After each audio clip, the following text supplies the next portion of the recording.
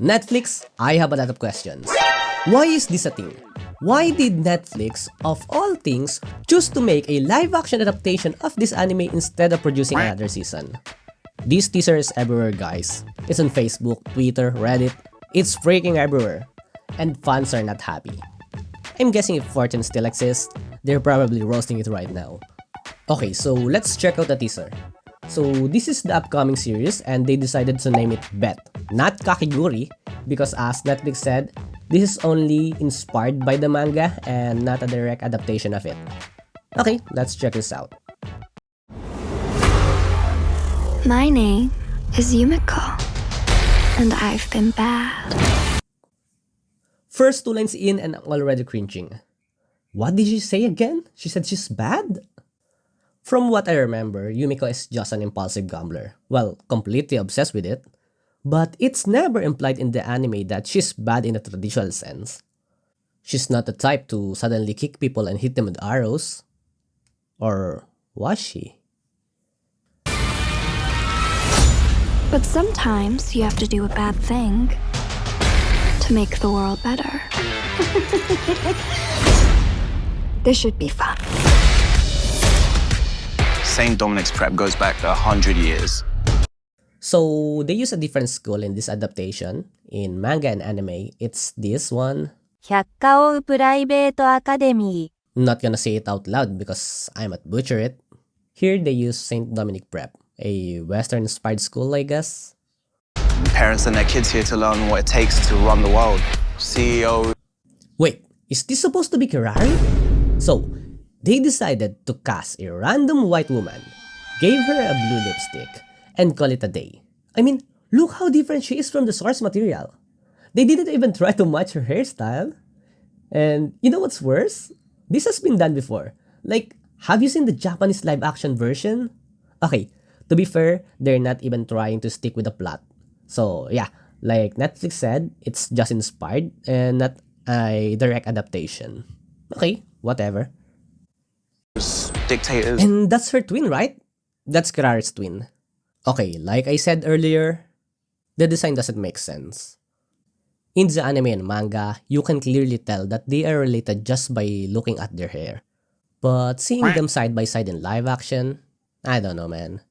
Also, Ririka has this iconic mask. Even if someone is not a fan, people recognize that mask, especially in cosplay conventions. So, I don't get it. Why did Netflix think replacing it with the regular face mask was a great idea? I mean, we're living in a post-pandemic world, so nobody wants to see that. If they thought that the original mask from the manga doesn't fit the Western drama vibe, why not replace it with something American, like, I don't know, the one from the mask? Crime lord. And wait, it's good to see you, ah? Wait, crime lords? So, are they going to do the karma in the series? Yeah, they're not even trying at this point. I mean, at least copy the hairstyle. I mean, aside from the eye patch, this doesn't look like Midori at all. Also, Midori in the anime is insane. Like, obsessively insane.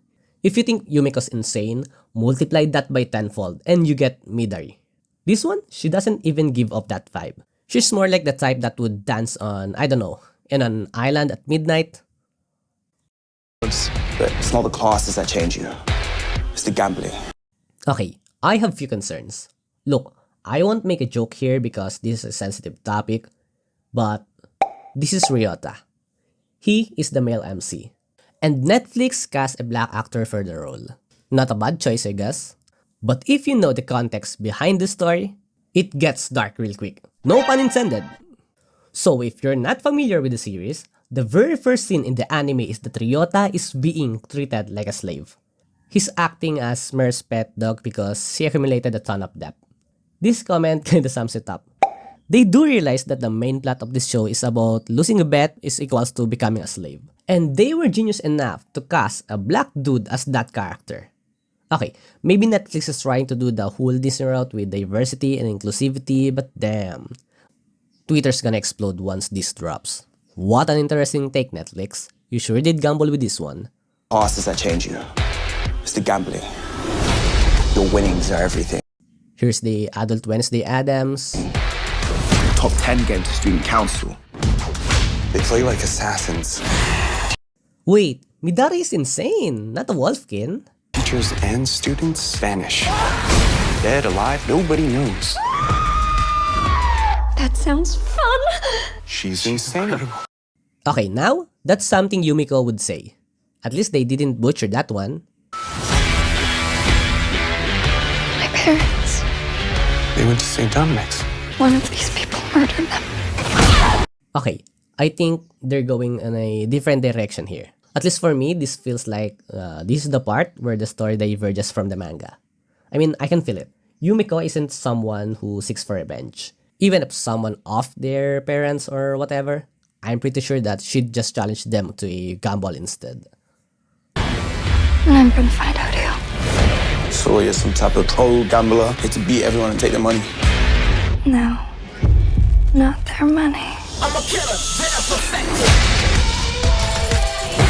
Royal blood! Blackjack! Wait, what the Okay, this right here is exactly why live-action adaptations fall flat. Or worse, they come up as cringe.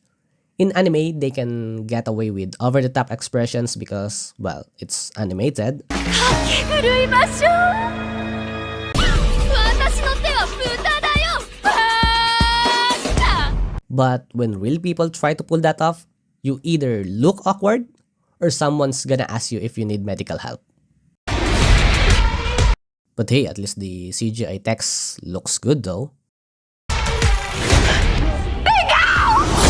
In this world, you rule or you obey. At St. Dom's, I make the rules.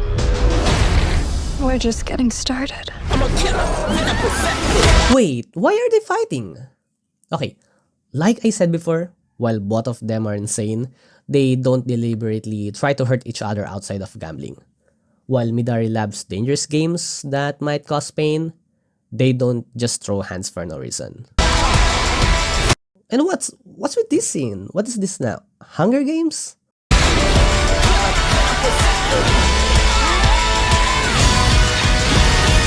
And now we have Renata from League. This is Renata, right?